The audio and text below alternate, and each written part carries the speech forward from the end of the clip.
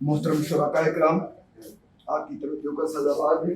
آج جیسا کہ آپ کی علم میں ہے، ہم اکٹھے ہوئے ہیں، ہم سب کے مشترک دوست ایس ملک صاحب کا شعری مجموعہ ہے۔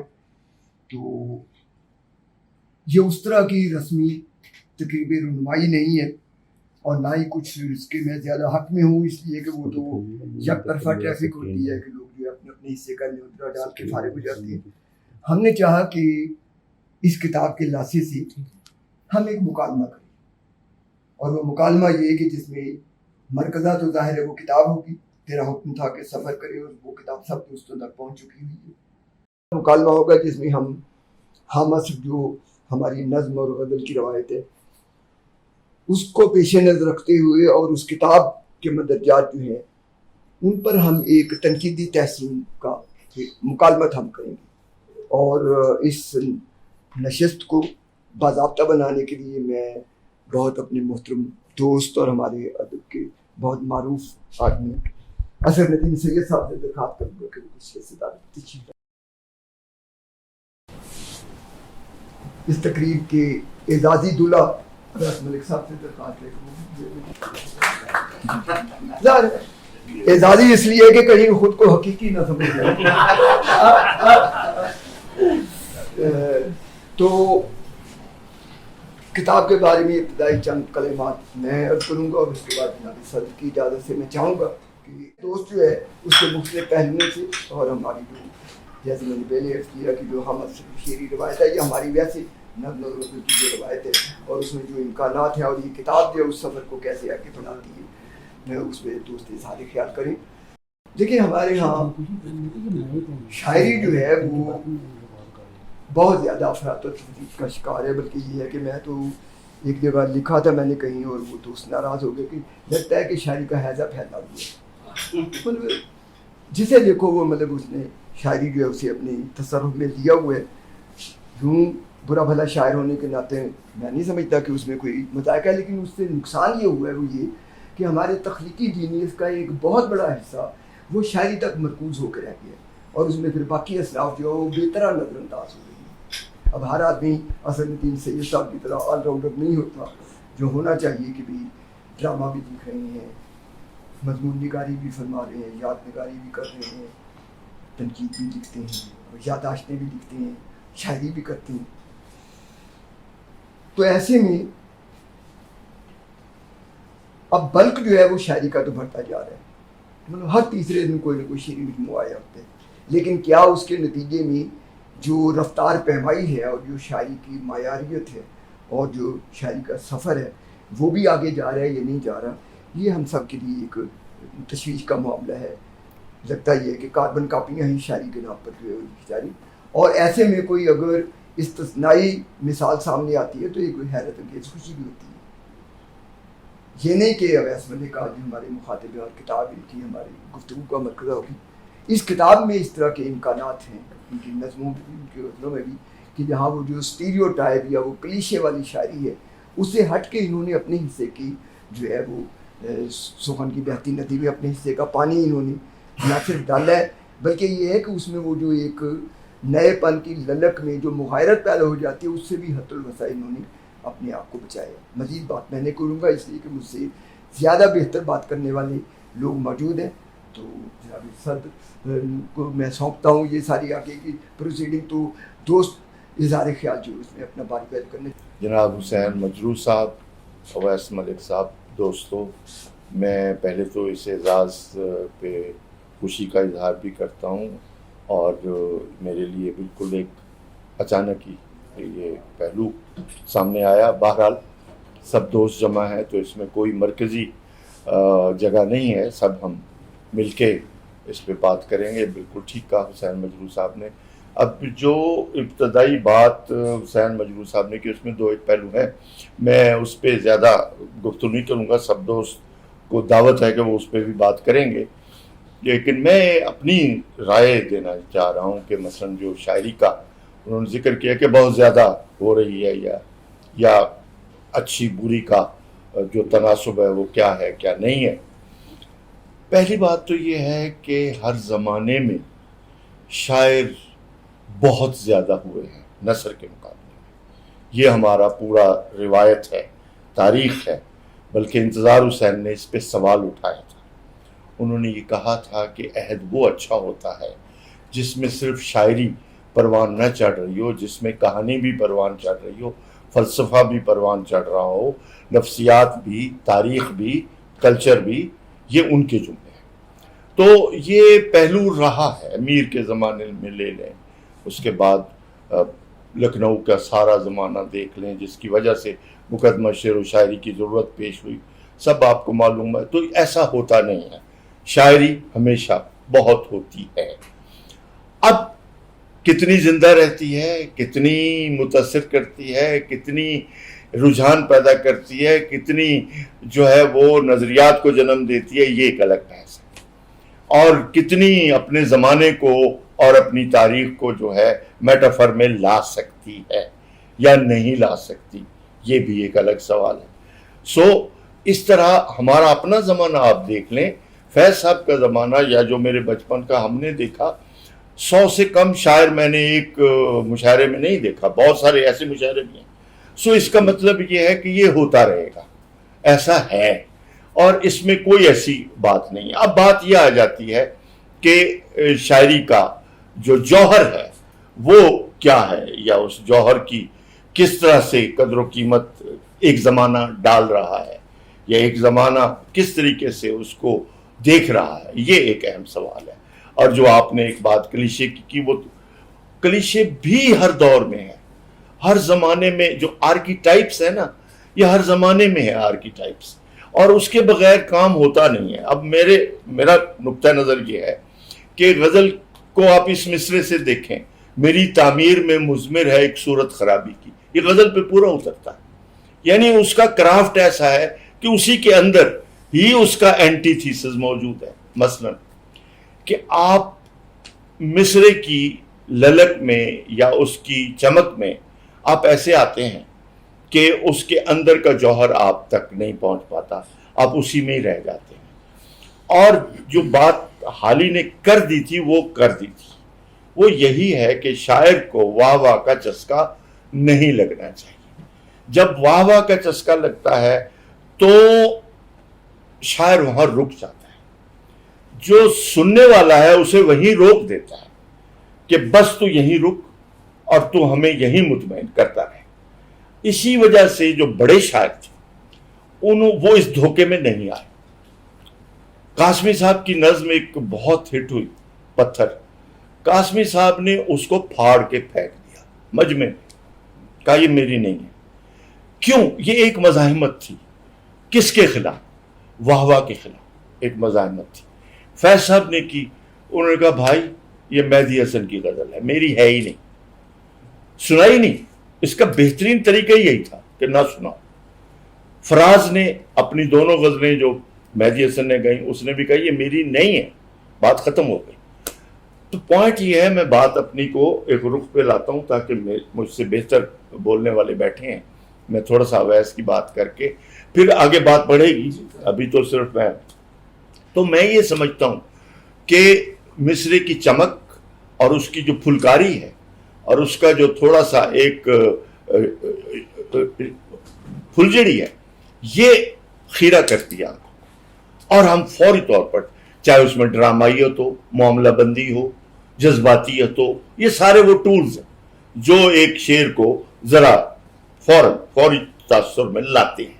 تو ٹھیک ہے، یہ بھی کوئی بری بات نہیں ہے، میں تو اس کو بھی برا نہیں سمجھتا کہ اگر ایک شعر آپ کو فوری طور پر متاثر کر رہا ہے تو کوئی حرج نہیں ہے. ہاں، بعد کا وقت آئے گا، اس کی بھی چھان پھٹک ہو جائے گی، اس کو بھی دیکھ لیا جائے گا، ایسا کچھ نہیں ہے. سو میں یہ سمجھتا ہوں کہ جان ایلیا نے جب اپنی غزل، تو اس وقت بھی لوگوں کو دھوکا ہوا. لوگوں نے سمجھا، میں مثال یہ اس لیے دے رہا ہوں کہ لوگوں نے اس وقت یہ سمجھا کہ یہ بھی ایک پھلجھڑی ہے، یہ بھی ایک فوری تاثیر کی چیز ہے. لیکن بعد میں ثابت ہوا کہ نہیں. یہ بھی ہوتا ہے کہ بعد میں اس کے اندر اتنی طاقت تھی. اور وہ طاقت کیا تھی؟ وہ طاقت اپنے زمانے کے دکھوں، مسائل اور تاریخی حقائق اور کلچرل جو اس وقت کی کا میلیو تھا، اس میں گندھی ہوئی تھی. اس وجہ سے اس نے آہستہ آہستہ اپنے معنی کھولنے شروع کر دیے لوگوں پہ. تو یہ بھی ہوتا ہے. اس لیے اس وقت میں کم از کم یہ محاکمہ نہیں لگانا چاہتا, یا کوئی بھی نہیں لگائے, کہ کیا ہو رہا ہے. یہ تو ہوتا رہے گا, اس کو ہونے دو. اور میر تقی میر کے زمانے میں میر سے بڑھ کر داد لینے والے موجود تھے, تاریخ بتاتی ہے. غالب سے بڑھ کر داد لینے والے موجود تھے, لیکن اس سے کچھ نہیں ہوتا. بات یہ ہے کہ آپ مشاعرے میں بھی آئیں, بسم اللہ, کوئی حرج نہیں ہے. افتخار عارف آتے ہی ہیں, ٹھیک ہے. شاعری کا جوہر جوہر ہے, وہ پہچانا جاتا ہے. عباس تابش آتے ہی ہیں, شاعری کا جوہر ہوگا, پہچانا جائے گا, اس سے کچھ نہیں ہوگا.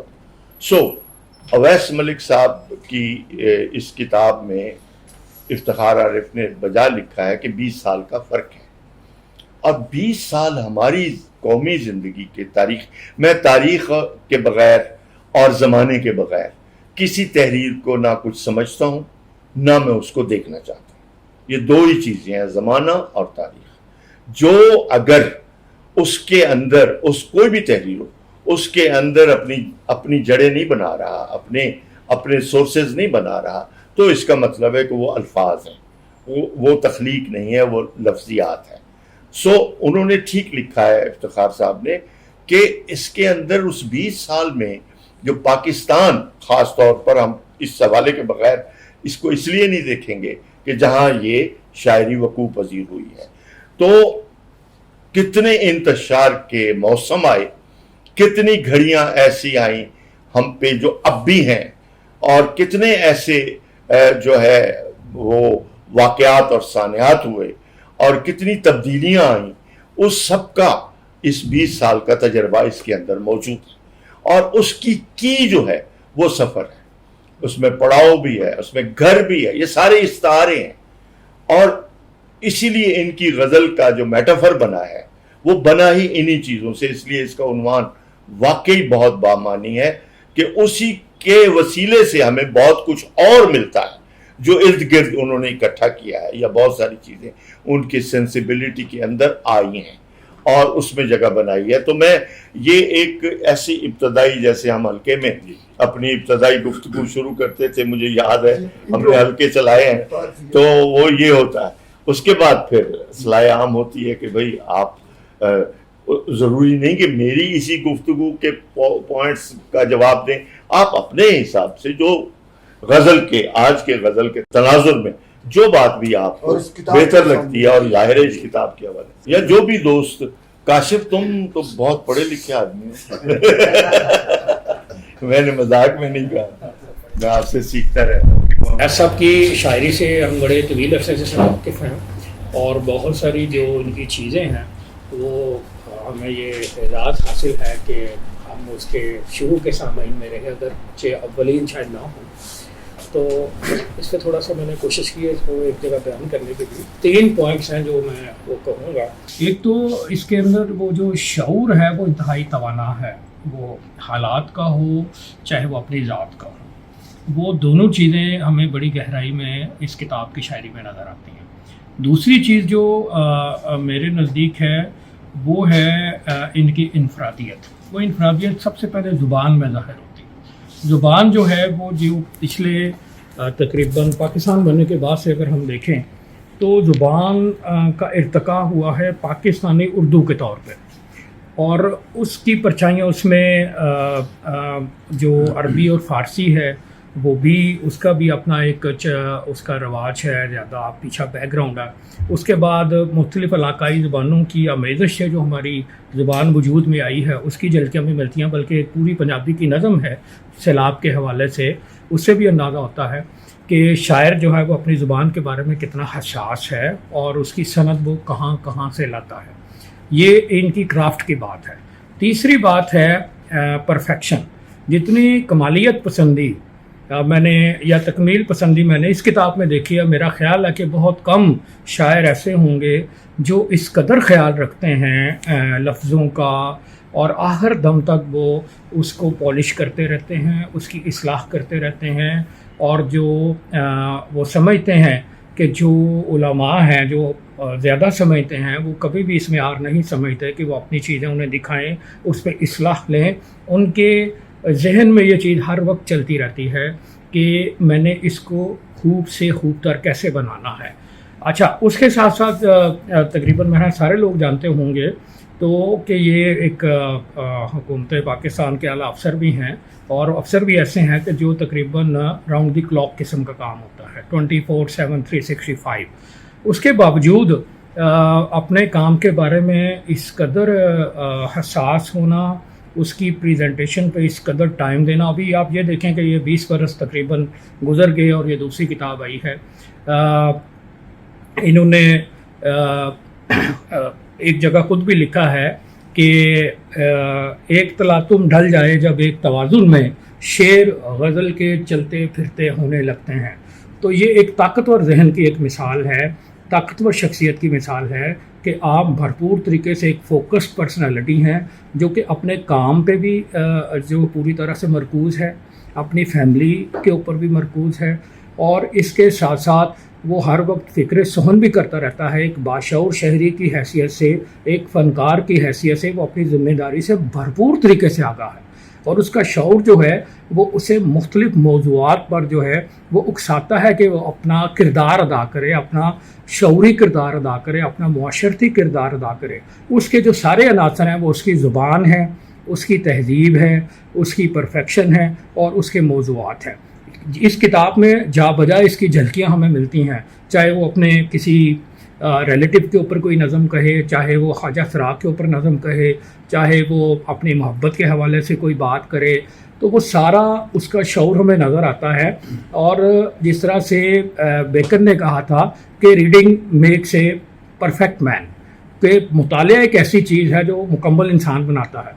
تکمیل یا کامل انسان ہونا وہ تو ایک بہت بڑی ٹرم ہے، لیکن جب ہم آپس میں روٹین کی زندگی میں بات کرتے ہیں تو اس کا مطلب ایک متوازن شخصیت ہوتی ہے کہ جو سارے پہلو کا. تو اگر اس حوالے سے ان کے کام کو ہی صرف ہم دیکھیں، جس طرح یوسی صاحب نے ایک جگہ کہا کہ مصنف اور قاری کے درمیان کتاب بھر کا فاصلہ رہنا چاہیے، لیکن میں یہ سمجھتا ہوں اس سلسلے میں وہ ان کی تو اس کانٹیکس میں تھی کہ عام طور پہ آپ مایوس ہوتے ہیں، لیکن اس کتاب کے مصنف یا شاعر، اور اگر اس کے تخلیق کار کو ہم دیکھیں تو شاید ہی ہمیں کوئی تضاد نظر آئے. میں سمجھتا ہوں کہ یہ اس کتاب کی اور اس کتاب کے تخلیق کار کی بہت بڑی خوبی ہے.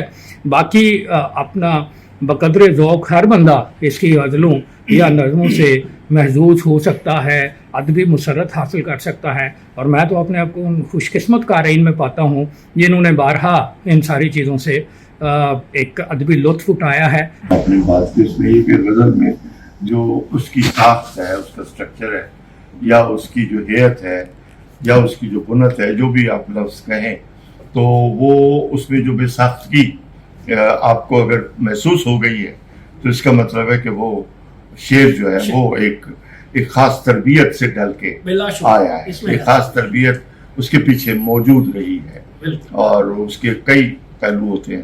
بہرحال یہ دوست قمر انوار صاحب نے بہت عمدہ، بہت عالمانہ دباچہ لکھا ہے. قمر انوار صاحب کا دباچہ میں نے پڑھا، واقعی بہت اچھا. میں اس کا ذکر کرنا چاہتا تھا. بالکل بالکل، بہت شکریہ. اس طرح سے کلیگ بھی ہیں آپ کے، اور آپ نے ان سے سیکھا بھی. میں نے اسے پڑھا ہے کہ آپ نے بہت ان سے سیکھنے کا ذکر کیا ہے یقیناً، اور اس میں بھی انہوں نے بھی پہلا حصہ غزل پہ ہے جو بہت ہی اہم ہے، تو جس پہ ابھی ہم شروع میں گفتگو کر رہے تھے. تو قمر صاحب پھر آپ ہی ہوئے یہ عرض کروں گا کہ مجھے بطور قاری جو خوف ہے وہ اردو کے تہذیبی سمٹاؤ اور اس کے سکڑاؤ سے ہے. یہ بہت مجھے ڈراتی ہے یہ چیز. ہمیں جو زبان میسر تھی اس میں عربی، فارسی اور ترکی اور دوسرے تمام دریا اور ندی نالے، ہندی، یہ سارے ایکویفرز کو ہمارے کو ریپلینش کرتے رہتے تھے. لیکن اب ایک طرف تو ہمیں جو ہماری علاقائی زبانیں تھیں، جو ہمارے ٹریبیوٹریز یا فیڈرز جن سے ہم کافی عرصہ یا 70 سال تو ہم انہی سے کام چلاتے رہے، کیونکہ ہم نے بنگالی لٹریچر کا دریا بند کر دیا. ہم نے ہندی ادب کے بارے میں کہا کہ یہ شاید ہمارے جو کریکولا میں اور ہمارے ادھر نہیں ہونا چاہیے، اور ہندی اساتیر سے ہم نے اپنے آپ کا وہ علیحدہ کر لیا، دامن اسے چھڑا لیا. پھر کافی عرصہ تو عربی کے ظاہر سرکاری پالیسی تھی، اس کے تحت ہم نے بہت زیادہ معرب قسم کی اردو لکھی. پھر فارسی سے ہمارے لوگوں نے فیصلہ کیا کہ اب ہم نے فارسی سے بھی جان چھڑا لی. اب رہ گئی ہمارے پاس وہ اردو جس کو ہم بار بار چرن کرتے جا رہے ہیں، بار بار ریسائیکل کرتے چلے جا رہے ہیں، بار بار اسی کو جو ان 4 صوبوں کے اندر رہ گئی ہے. شاید اس کو پاکستانی کہنا بہت زیادہ مناسب ہوگا، جیسے برازیل کی برازیلین ہے یا پورٹوگیز کی پورٹوگیز. میرا خیال ہے اب یہ صرف اردو کی بجائے یہ صرف پاکستانی رہ گئی ہے. تو مجھے یہ بہت ڈر لگتا ہے کہ اس کا جو تہذیبی سمٹاؤ اور سکڑاؤ ہے، یہ اس کو ایک زندہ زبان کی طرح ہم اس کو کیسے رکھ پائیں گے. یہ میرا ایک بہت کنسرن ہے اور ایک میری بہت پریشانی ہے. کیونکہ جب تہذیب اور اساطیر اور ادب اور یہ سارا پینٹنگ اور آرٹ اور یہ سارا کچھ آپس میں انٹریکٹ کر رہا ہوتا ہے تو زبان کو نئے لفظ مل رہے ہوتے ہیں، نئے استعارے مل رہے ہوتے ہیں، ایک پورا نظام شعور مل رہا ہوتا ہے. میری یہ پریشانی یہ ہے کہ اویس جیسے خود سے سوچنے والے اپنے دستیاب لفظوں ہی سے نئے معنی اور جہان تمثال بنا لینے والے شاعر اب بہت خال خال ہوتے جائیں گے. ہمارے استاد اصغر ندیم سید صاحب جیسے فرما رہے تھے کہ انہیں شاعر اور ہونے دیں اور ہوتے رہیں گے، اور اچھا ہے کہ بہت زیادہ مقدار میں سے ہی کچھ معیار نکلے گا. لیکن مجھے تو اب اس مقدار کی بھی فکر پڑی ہوئی ہے کہ وہ شاید جو مقدار ہے وہ بھی بہت کم سپلائی رہ جائے گی. تو اس حوالے سے میں یہ چاہوں گا کہ دوست اس حوالے سے بھی اگر کوئی ہماری رہنمائی کر سکتے چاہوں. لیکن اچھا کیا آپ نے یہ اس میں بھی لکھا ہے، میں پڑھ چکا ہوں آپ کا دیباچہ. ہم کھو چکے ہیں. آپ کا اگر ایک اظہار ہے تو اس کا واضح جواب ہے ہم کھو چکے ہیں. اور صرف اس جگہ نہیں کھویا ہم نے بہت ساری جگہوں پہ کھویا. مثلا سب سے بڑی چیز تو ہم نے جو کھوئی ہے وہ ہندوستان کھویا ہے. ہندوستان پہ میں آج بھی 10 جگہ لکھ چکا ہوں. میرا کلیم ہے، میرے صوفیاء وہاں پہ، میرا سب کچھ وہاں پہ ہے. ٹھیک ہے، تو وہ تو میرا تو کلیم ہے، اس سے کوئی مجھے روک نہیں سکتا. ٹھیک ہے، اب اس کی آگے بڑھتے ہیں وہ ایک الگ ہے. اس میں نہیں بڑھتے. جو بات آپ نے کی وہ یہ ہے کہ جب اردو آئی ہے تو بھائی کہنے کو تو عربی اور فارسی اس کے ماں باپ ہیں اگر کہہ دیں تو، لیکن گود کس نے کھلایا؟ ہندوستانی زبانوں نے اسے گود کھلایا.